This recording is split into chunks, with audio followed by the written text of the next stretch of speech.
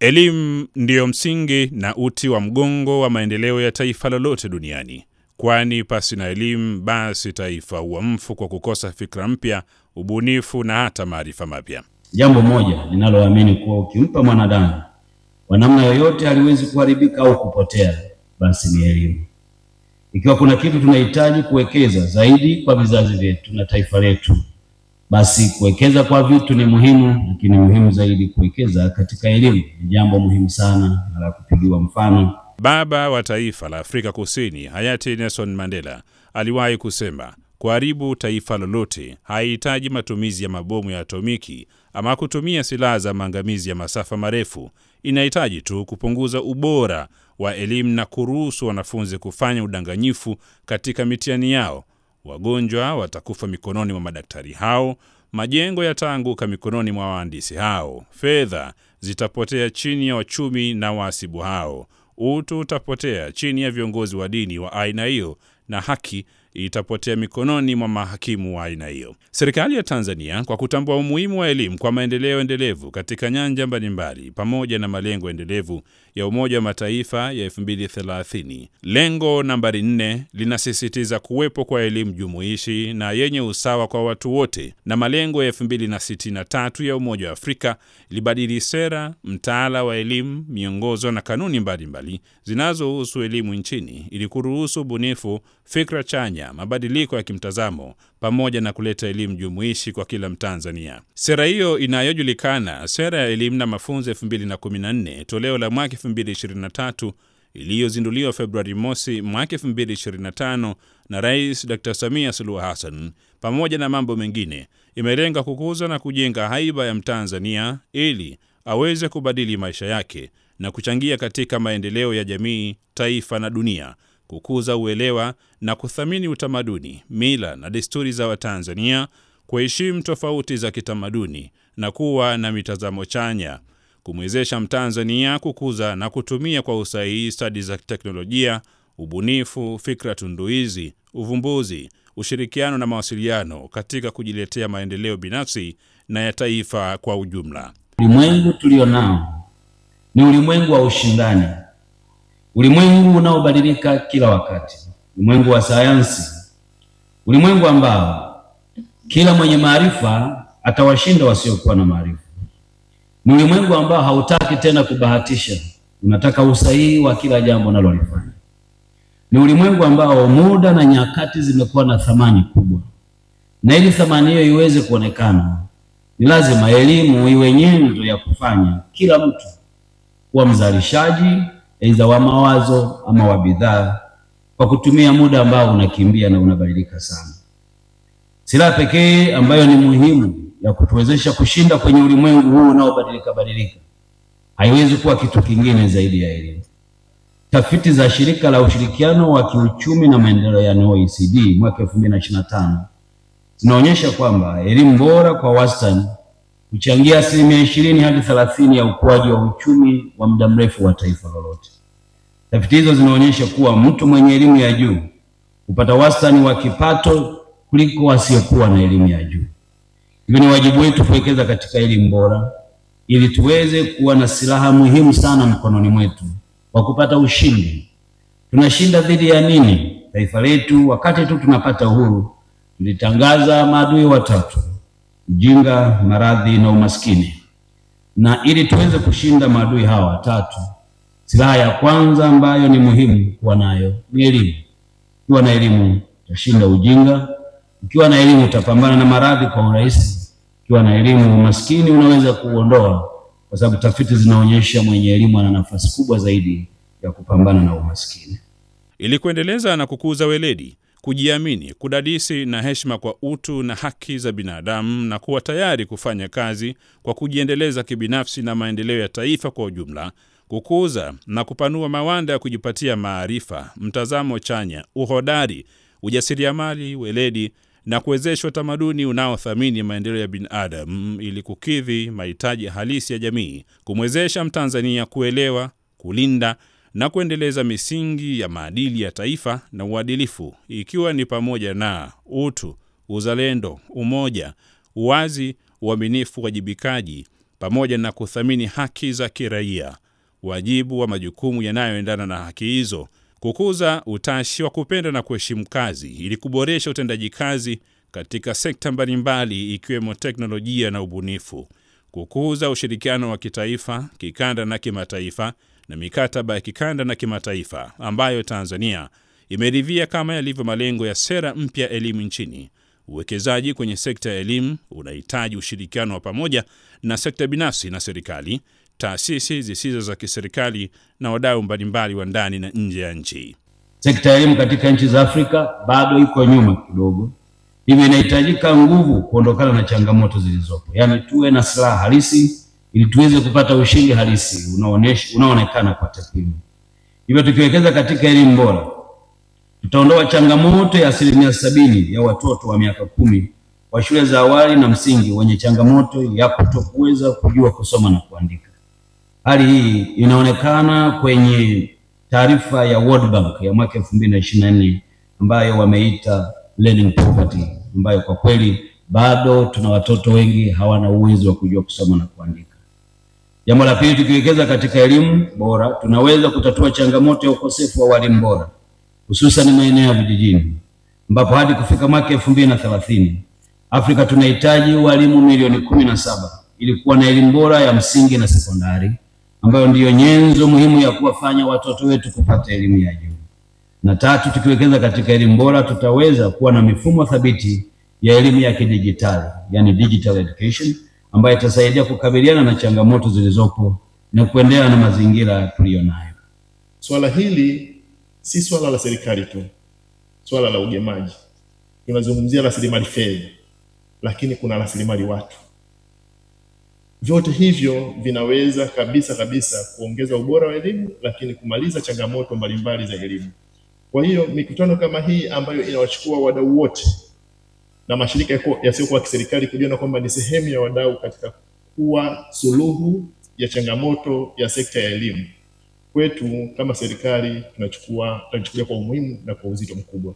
Kwa mujibu wa ripoti ya fedha ya wakfu wa Mo Ibrahim, yani Mo Ibrahim Foundation ya mwaka 2024, yaonesha Afrika inaelekea kutimiza malengo ya Umoja wa Mataifa ya 2030 juu ya utoaji wa elimu bora na yenye usawa, japokuwa bara hili linakumbwa na upungufu wa bajeti ya kuwekeza katika elimu kwa dola za Marekani bilioni 97 kwa mwaka. Huku pia ripoti ya UNESCO ya mwaka 2021 inaonyesha kuwa nchi za Afrika zinahitaji nyongeza ya dola za Marekani bilioni 77 kila mwaka kwa ajili ya uwekezaji katika sekta ya elimu, japokuwa upungufu wa bajeti umekuwa ukisababisha utekelezaji duni wa malengo endelevu ya elimu Afrika. Kwa sasa nchi za Afrika zinachangia 69% kwa ajili ya kuwezesha shughuli za kielimu kwa mwaka, huku misaada ya kielimu ikichangia kwa 5% kutoka sekta na mashirika mbalimbali, huku kipato binafsi, yani mtu mmoja mmoja, kinachangia kwa 27% kwa ajili ya kuwezesha shughuli za elimu barani Afrika. Wadau wa elimu ambao wamekuwa wakipigania mabadiliko ya elimu nchini kwa kushirikiana na serikali wanaamini kuwa huu ni mwanzo mzuri wa kuleta mageuzi.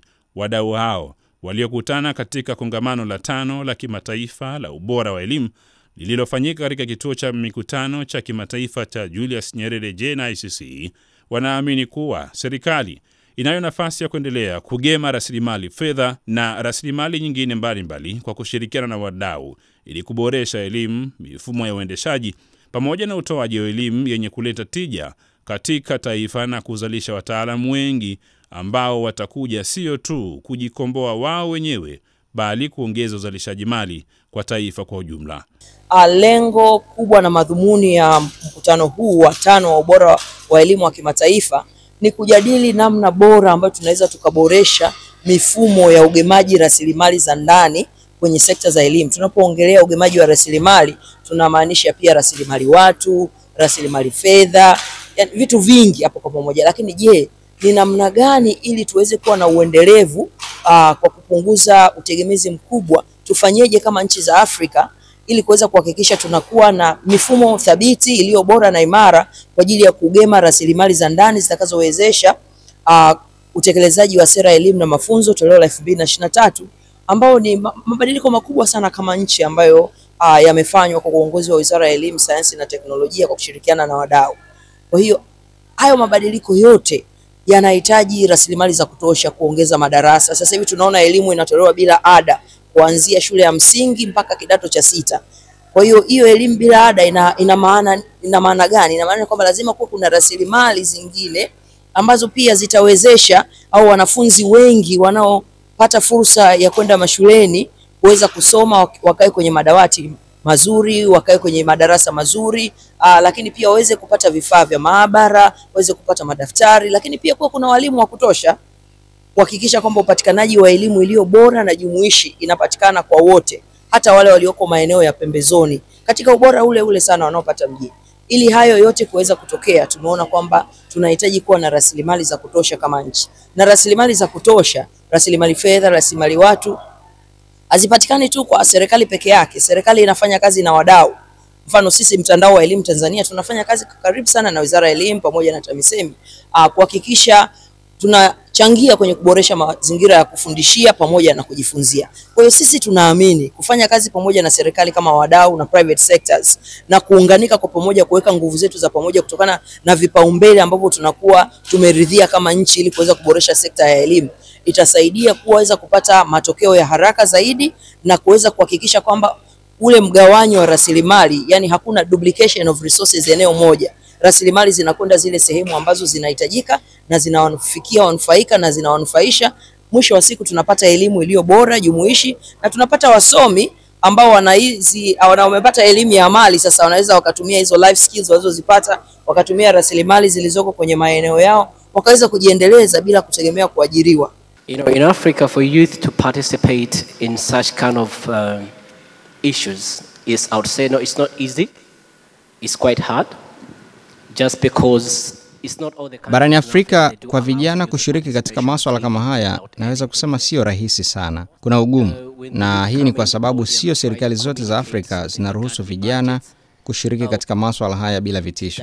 Mara nyingi vijana wanapojaribu kuwasilisha mawazo kuhusiana na mambo kama budget, inatafsiriwa kama vijana wanaipinga serikali. Ili hali sio kweli, kwa sababu tunachokihitaji ni kutoa maoni yenye suluhu kuhusiana na masuala ambayo yamepungua. Kwa hiyo maoni yangu kama kijana ninayefanya kazi maeneo ya vijijini, tunahitaji kutoa maoni juu ya maeneo ambayo yamekuwa changamoto kubwa vijijini, ambayo yanaweza kurahisisha kuwekwa kwenye vipaumbele vya bajeti ya serikali.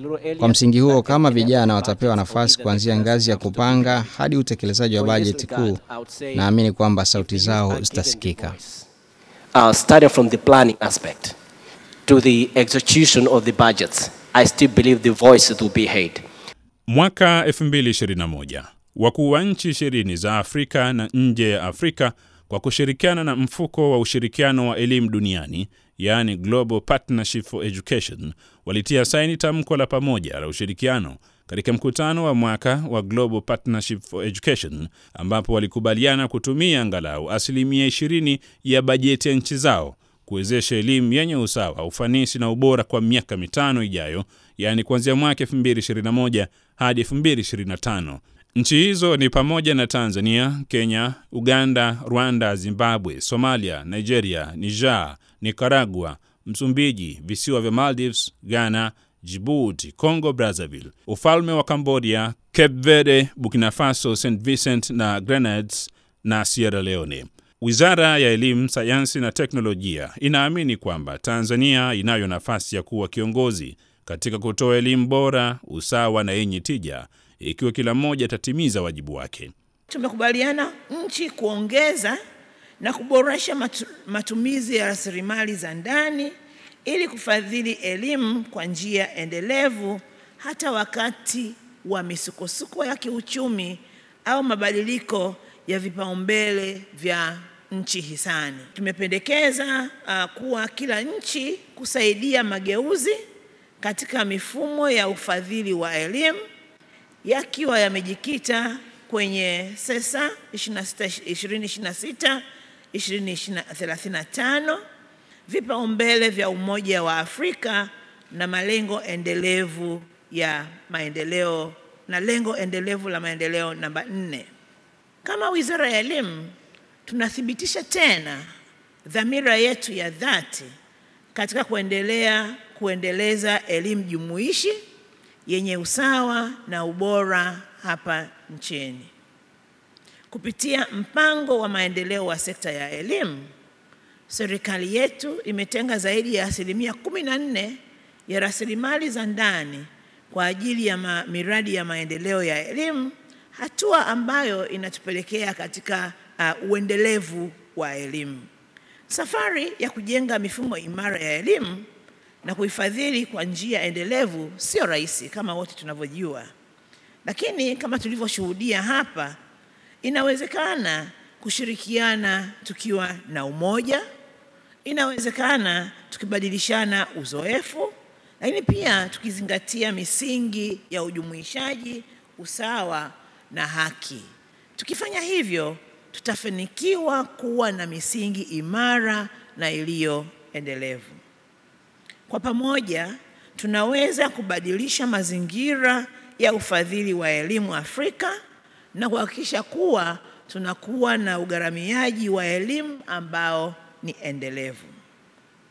Tanzania kama taifa tunabaki na dhamira ya kuendeleza ajenda hii ya bara letu, na kwa kushirikiana na taasisi za kikanda, Umoja wa Afrika na wadau wengine wote wa elimu, ajenda hii tutaendelea kuipa kipaumbele. Kupitia dhamira hii, ninapenda kuthibitisha kuwa serikali itaendelea kushirikiana na wadau wote, ikihusisha pia hata wale wa kutoka sekta binafsi, katika kutafsiri na kutekeleza dhana ya elimu bora kwa vitendo kwa watoto na vijana wetu wa Afrika. Kongamano hilo lililoandaliwa na mtandao wa elimu Tanzania TENMET, lililofanyika kwa siku 3, lililenga kukumbusha wajibu wa sekta binafsi kwa kushirikiana na serikali barani Afrika zinaweza kushirikiana kuboresha elimu ya Afrika kwa kutumia rasilimali za ndani badala ya kutegemea wafadhili kutoka nje ya nchi. Kongamano hilo lilikuwa na kauli mbiu ya kujenga mifumo imara na uwekezaji, kuimarisha uchangiaji wa rasilimali za ndani kwa elimu jumuishi, bora na endelevu Afrika, na lilihudhuriwa na zaidi ya nchi 15 za Afrika na viongozi mbalimbali wa ndani na nje ya Afrika.